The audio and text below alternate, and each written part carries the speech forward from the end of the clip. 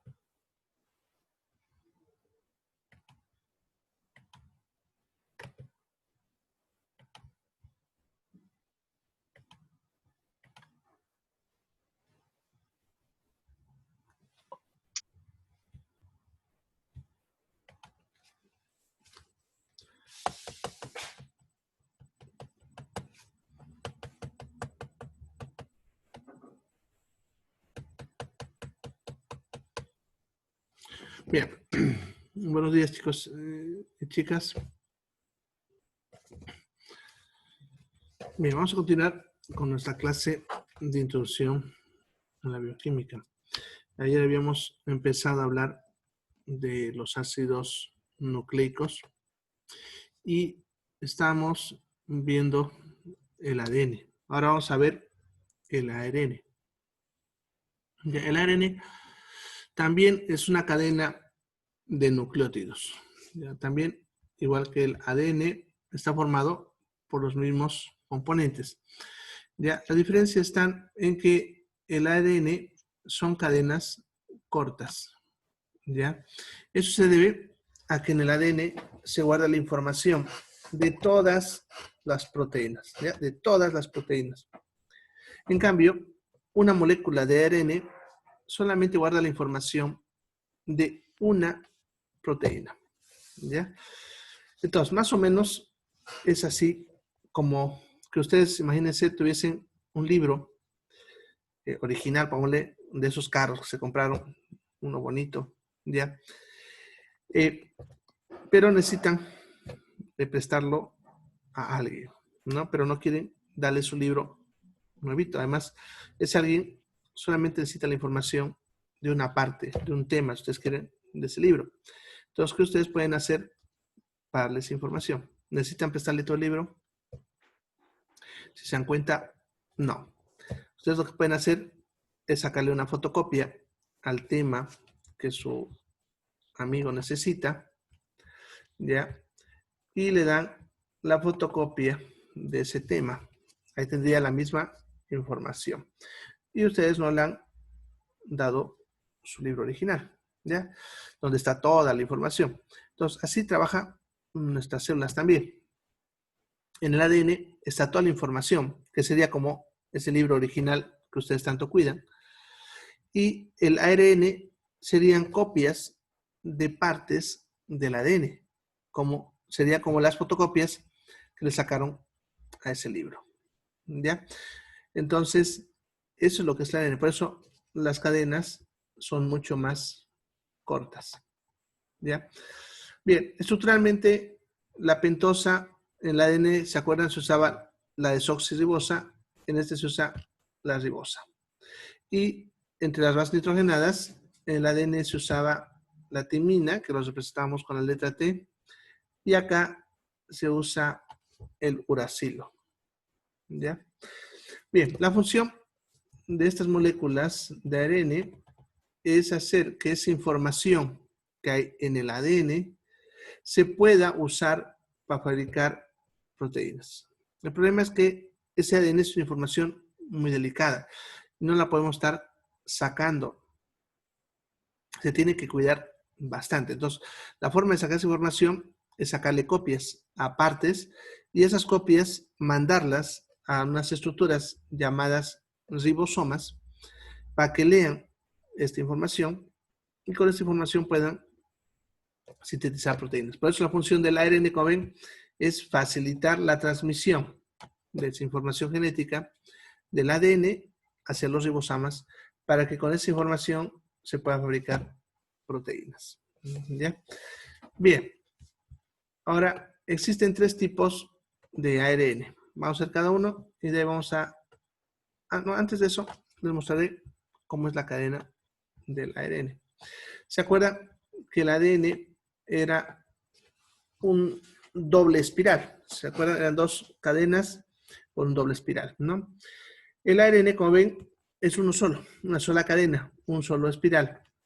El ADN eran 2, si se acuerdan, porque una se usa para la información y la otra es como una copia de respaldo para reparar si se altera. En cambio, como estas son copias que se van a usar para trabajar, no se necesita que tengan respaldo. Entonces son simplemente cadenas simples, no son 2, una sola.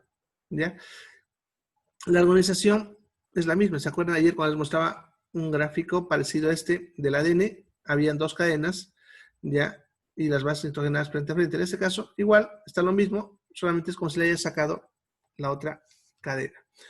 Y no se olviden que en vez de timina, usaremos uracilo. Entonces, en el ADN donde aparecía la letra T, en el ARN va a aparecer la letra U, ya que serían como si fuesen, si ustedes quieren, sinónimos, ¿no? Representan lo mismo, ¿ya? Bien, esa sería la cadena en sí. Ahora veremos los 3 tipos de ARN que existen, ¿ya? Haz registro, por favor. No estoy atendiendo acá.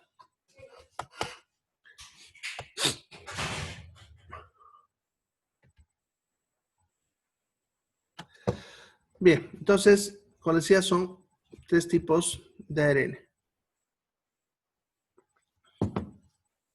El ARN mensajero, el ARN de transporte o transferencia también, que se le suele llamar, y por último, el ARN ribosómico. Cada uno va a cumplir diferentes funciones.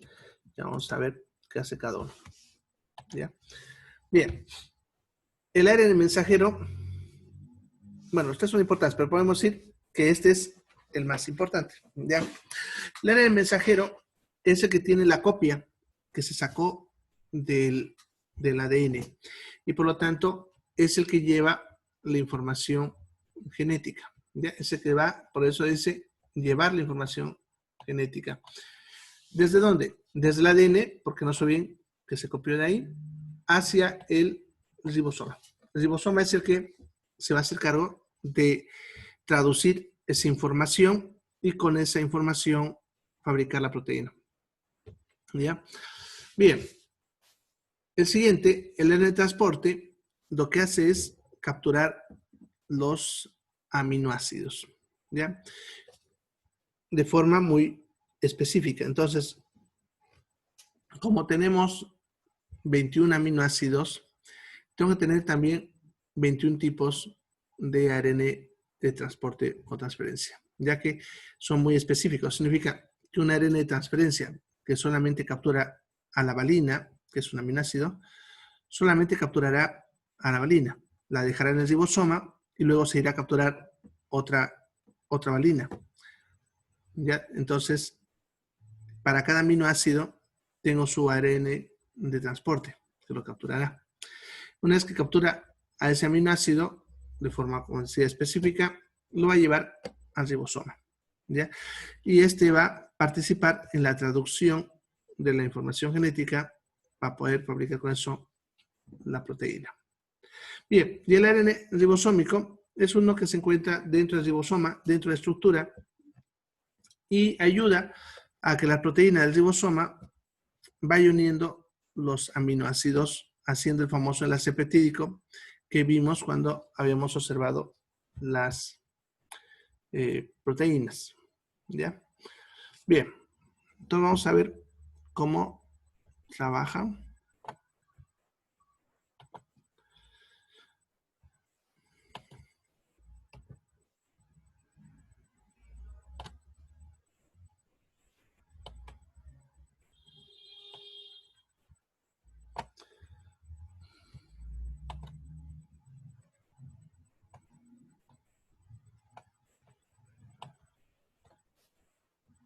Bien. Aquí vamos a ver. Doctor, ¿Sí? una preguntita de los tipos de los ARN, ¿cuál es el casi menos importante ahí? ¿O todos son importantes? Todos son importantes. Por decía, todos En son caso importantes. de transporte, ¿no es que hay 21? Si hay 21, hay otros 21 también de transporte. En caso de que falte uno. Si faltase uno, no pudieses capturar a ese aminoácido y por lo tanto no pudiésemos fabricar las proteínas que necesiten a ese aminoácido. ¿Ya? Sería una patología no compatible con la vida. Bien, entonces, como decía, los tres ARN, perdón, son importantes. Simplemente que yo le estaba haciendo la aclaración de que el mensajero tal vez sea el más importante porque es el que lleva la información, ¿ya? Pero eso no significa que los otros no lo sean, ¿ya? Los necesitamos a todos, ¿ya? Bien, Ahora, ¿cómo trabaja todo? ¿Ya? En primer lugar, el ribosoma, que es una organela intracelular, está formada por dos segmentos o partes, si ustedes quieren. Cada parte son proteína, ¿ya? O sea, el ribosoma es una estructura proteica formada por dos proteínas y ARN, que es el ARN ribosómico, ¿ya? Esta proteína que forma el ribosoma, su función es primero leer la información genética, traducirla, porque acuérdense que la información genética viene en código, y eso es lo que veíamos ayer, lo que nos mostraba los tripletes, ¿se acuerdan? Lo que decía, cada 3 significa algo, ese es el código. Ya tiene que traducirlo a posición de aminoácidos, porque cada 3 significaba una posición de un aminoácido. Entonces tiene que hacer ese proceso de traducción, de convertir ese código en posición de aminoácidos. Vamos a tener cómo se hace sencillo. Ya, una vez que ha hecho esto, lo que va a hacer el ARN ribosómico es empezar a formar el enlace peptídico, que se acuerdan era el que habíamos visto en proteínas, que era el que unía a los aminoácidos uno tras otro para ayudar a formar la proteína. ¿Ya? Bien, entonces este gráfico que ven acá en la pizarra, podemos decir, le falta cositas, pero sirve para explicar lo que vamos a ver acá. ¿Ya? Entonces, en primer lugar, nos muestra al ARN mensajero. El ARN mensajero sería este que ven acá. Este que es una cadenita así, con palitos, ¿no? No se olviden que esos palitos, que se pone de colores, en este caso, representan las bases nitrogenadas. Y acuérdense que el código tenía que ver con la posición de estos.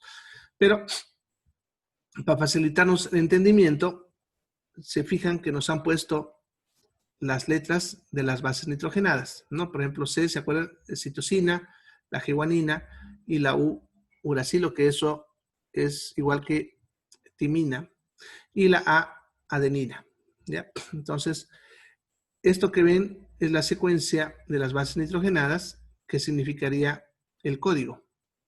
Ya, en el ADN les había mostrado que cada grupo de 3 era un triplete. Entonces, esa información se copia al ARN. Por lo tanto, en el ARN también cada 3 significa algo. Ya, lo mismo que significaba un triplete, significará acá en el ARN, pero en el ARN se le llama codón. Ya aquí incluso nos están mostrando. Miren, aquí a la izquierda, ven, nos han mostrado aquí, por ejemplo, un codón, que es UGC. Luego nos muestran otro, que es CAG, y otro, ¿no? Así, aquí nos han puesto 3, pero podemos seguir hasta allá, hasta el final, ¿ya? Cada uno de esos se llama codón, ¿ya? Y cada uno de esos representa a un aminoácido, igual como lo que les expliqué en el ADN. Y ahora, este ARN, cuando llega al ribosoma, ingresa en una dirección, que en este caso nos están mostrando que está yendo en esa dirección. Ya significa que cuando entró, este primero inició el trabajo y luego empezaron a ponerse los aminoácidos en el orden de los codones que estaban aquí mostrando de 3 en 3. ¿Ya? Ahora, ya sabemos que cada 3 de estos se llama codón y representa a un aminoácido. Pero ¿cómo se hace para que esto se traduzca en posición de aminoácidos? Ahí es donde entra en juego el ARN de transporte o transferencia. ¿Ya? Aquí nos está mostrando más o menos cómo es la molécula, pero para entenderla mejor, en este mismo gráfico, nos van a mostrar cómo es en sí la molécula, que está aquí abajo, ¿ya? Para poder entenderla. Ya. Entonces, eso que ven es el ARN de transporte, ya, cómo es en sí la molécula, ¿no? Esto es poniéndolo en forma tridimensional, aquí un poquito más bidimensional, para que vean cómo es la molécula. Y esto ya es esquemático. Representaría lo mismo que ven acá. ¿Ya? Ahora, las bases nitrogenadas del ARN de transporte, todas están mirando al centro. Por eso nos ponen hacia acá, haciendo que forme esta estructura, como ven, como una pequeña cruz. ¿Ya? Ahora, hay 3 bases nitrogenadas que quedan afuera en esta parte de acá y otras 3 que quedan afuera hacia acá. ¿Ya? En otras palabras, es como si la molécula se haya torcido ahí y las bases nitrogenadas en esos puntos quedan apuntando hacia afuera. En todo lado están apuntando hacia adentro. Ya vamos a ponerlo acá, a ver si me da. Ya está. Supongamos que estos palitos que estoy poniendo con color celeste serían las bases nitrogenadas. Entonces, miren, serían 3 que quedan hacia este lado. ¿Ya? Libres, si se dan cuenta, porque las otras que están adentro, que estarían acá, por ejemplo, estarían como ocultas ahí adentro. ¿Ya? Entonces, esas solamente servirían para formar la estructura de esta molécula. Y hay otras 3 bases nitrogenadas que quedan hacia este lado, acá, donde voy a poner también 3 palitos, acá, ¿ya? Si quieren, se los apunto con una flechita, por si no lo han visto, sería acá, 3, miren, 3 palitos de color celeste y 3 acá, ¿ya? Ahora, estas 3 bases nitrogenadas que quedan en ambos lados son las que nos van a ayudar a hacer el trabajo. Ya, las 3 que quedan acá son las que reconocen al aminoácido, ¿ya?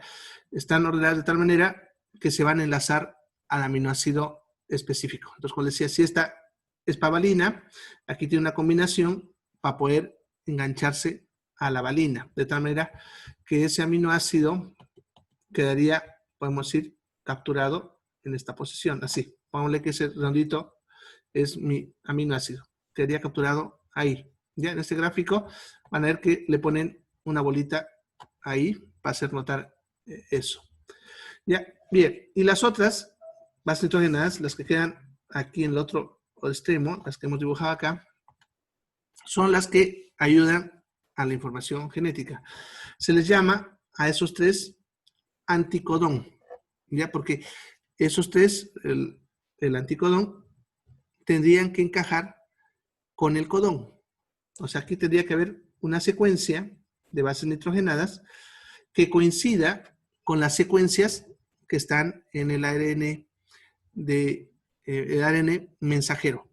De tal manera que si aquí hay una secuencia, solamente podrá encajar en una posición específica en el ARN mensajero. ¿Ya?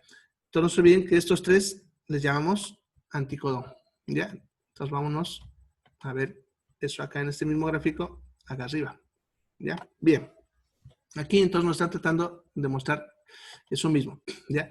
Aquí ven el ARN de transporte, usando esa estructura que les dije, tridimensional que vimos abajo. El aminoácido capturado, aquí en un extremo. Aquí han puesto una bolita de color rosada. Aquí vean de color rojito, ¿no? ¿Ya? Entonces, ese sería la aminoácido. ¿Ya? Y vean el otro extremo, nos han puesto el anticodón. Y como ven aquí, la han tratado de hacer notar cómo debe coincidir, ¿no? Por ejemplo, aquí, fíjense, dice citosina, uracilo, citosina. Esa sería la secuencia ahí.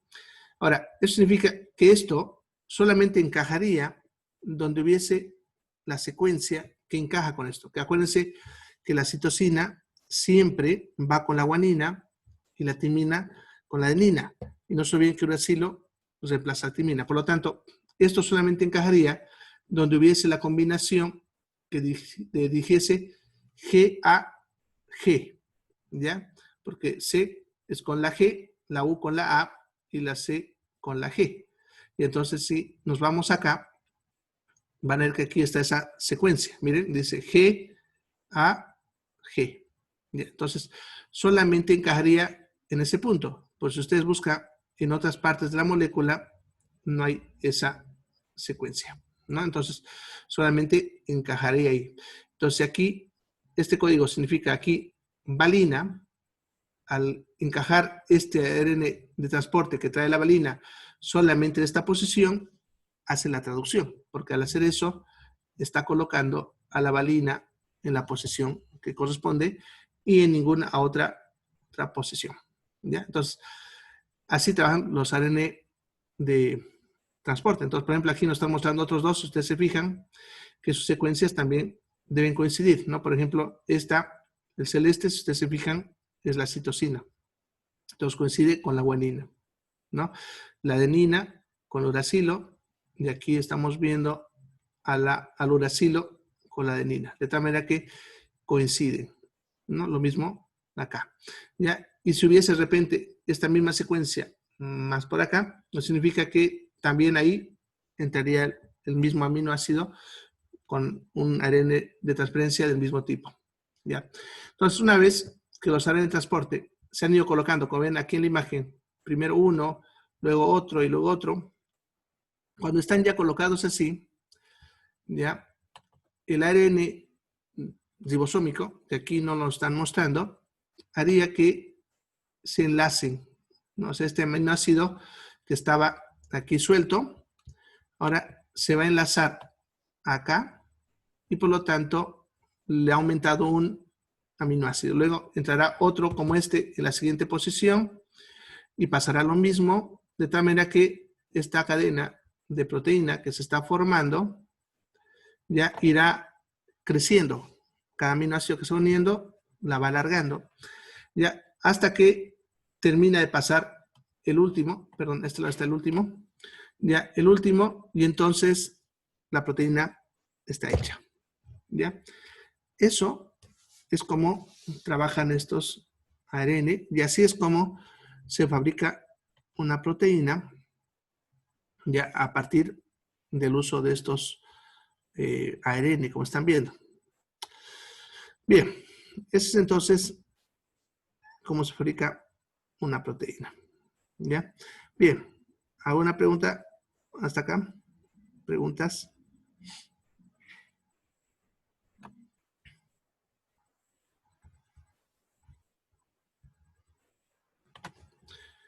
Bien, entonces ya saben que la información genética no es nada más que la información de cómo fabricar proteínas, ¿no? Ayer habíamos visto lo que es la transcripción, lo que les mostré, cómo se copia la información del ADN al ARN, y aquí están viendo lo que se llama traducción, que es cuando esta información que trae el ARN mensajero a través del ARN de transporte es traducida en posición de aminoácidos, ¿no? Y los aminoácidos luego se van enlazando y eso es la síntesis de una proteína. Así nuestro cuerpo fabrica proteínas. Y para todo lo que ustedes conocen que funciona en su cuerpo, se usa una proteína. ¿Ya? Bien.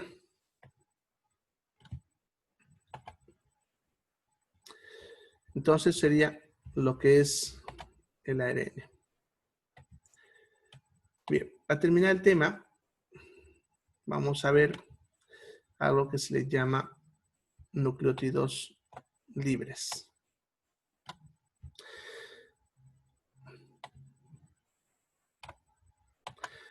Bien, acuérdense que un nucleótido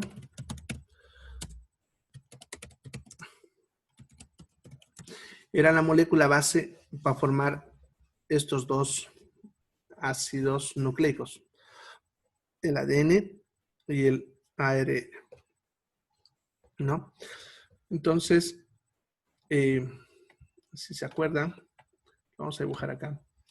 Ya, un nucleótido estaba formado por la pentosa, que lo representamos con un pentágono, que puede ser la ribosa o la desoxirribosa, al cual se le une un ácido fosfórico, que siempre lo representamos con una bolita, han visto en los gráficos, y al cual se le une una base nitrogenada. ¿Ya? En este caso ponemos de ejemplo la adenina. Bien, ese por ejemplo que ven ahí se le conoce con el nombre de adenosín monofosfato. ¿Ya?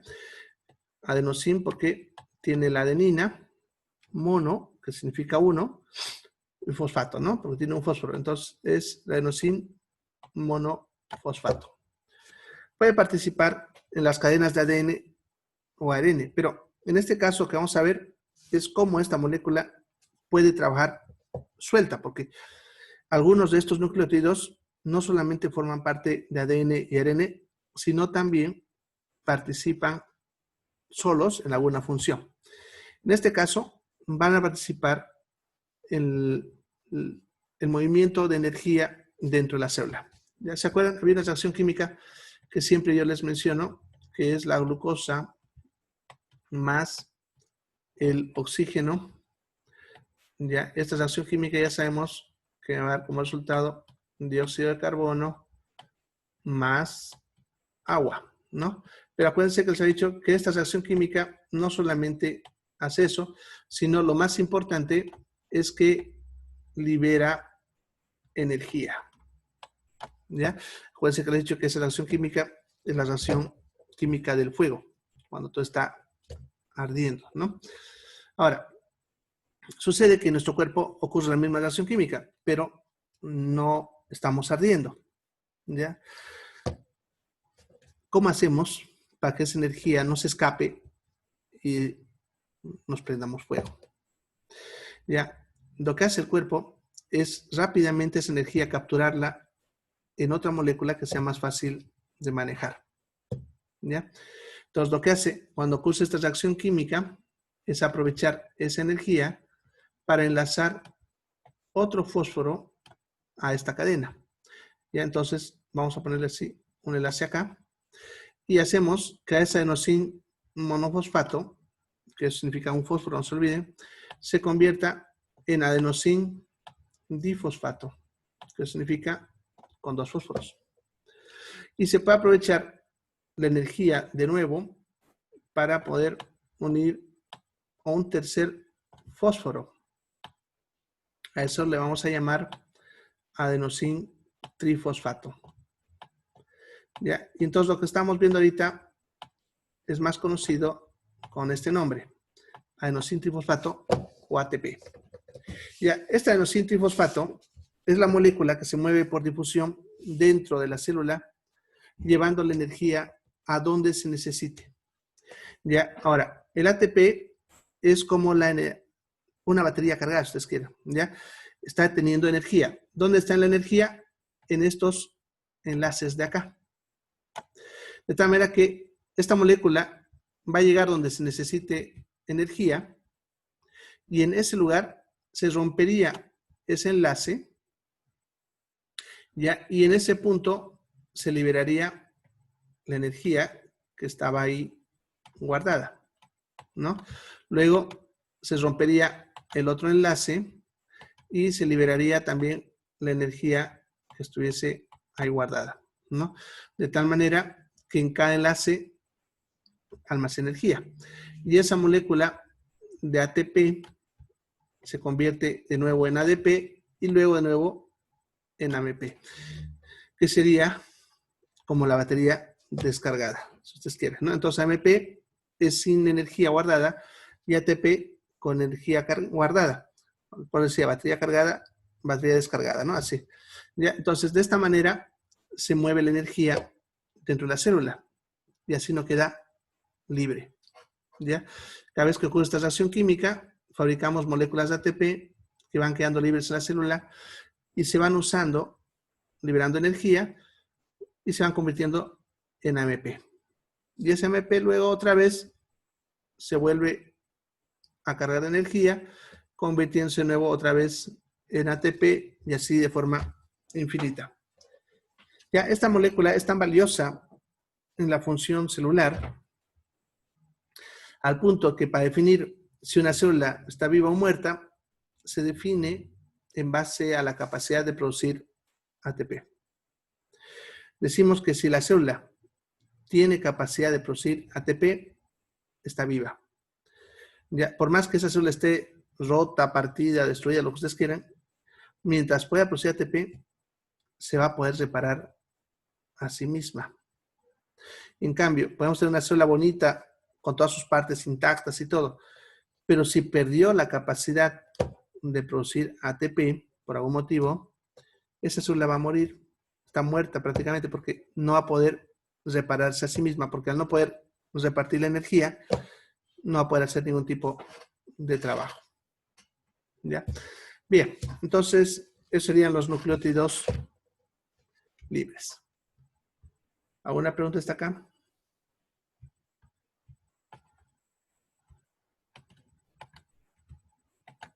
Bien, con eso terminaríamos este tema. Ya vamos a ir a otro tema.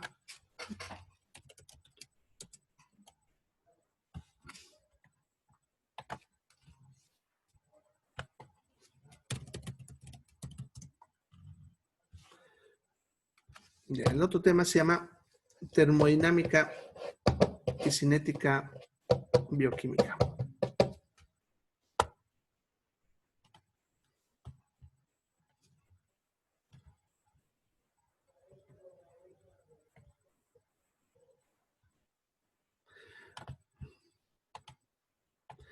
Bien, entonces, la termodinámica es la ciencia que estudia la energía. Es una rama de la física, ¿ya? Pero aquí vamos a aplicar a uno de sus conceptos porque forzosamente tenemos que hablar de energía para entender la vida.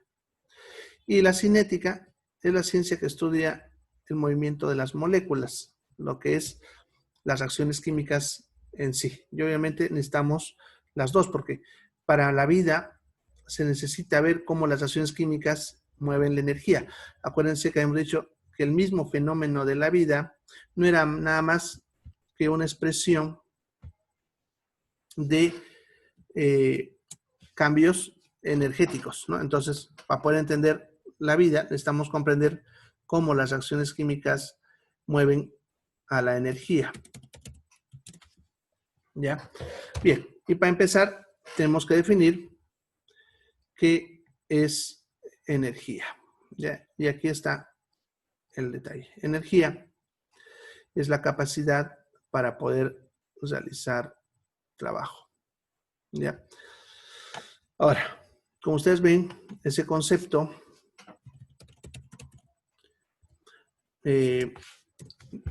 no te dice qué es energía. ¿Ya?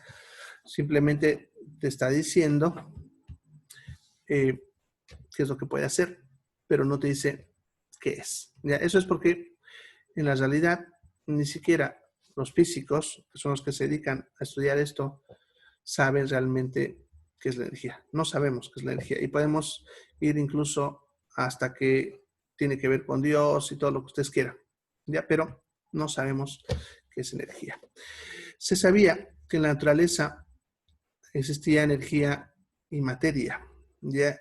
Pero con los últimos estudios a nivel submolecular, o sea, cuando hablamos de las partículas más pequeñas que los átomos, lo que es subatómico, ya lo que son los electrones, protones, etcétera, se ha llegado al hecho de que estas mismas moléculas subatómicas están formadas por energía. Por lo tanto, podemos decir que todo lo que existe en la naturaleza es energía y no sabemos qué es energía, lo cual obviamente va a ser bastante difícil saberlo. ¿Ya? Así que por eso la energía simplemente se define como lo que puede hacer, la capacidad de realizar trabajo. Actualmente sabemos que hay diferentes tipos de energía, que prácticamente, como le digo, todo es energía, pero cuando se expresa es cuando conocemos la presencia de energía. Entonces, esas expresiones de cambios energéticos son lo que llamamos tipos de energía. Ya, por ejemplo, está la energía lumínica, que es la luz, la energía calórica, que es el calor, la dinámica, que es el movimiento. Energía solar, por ejemplo, es la suma de la lumínica más la calórica que manda el sol, ¿no ve? Y bueno, de otras formas que la vamos a ver ahorita porque se va a cortar. Vámonos al otro enlace.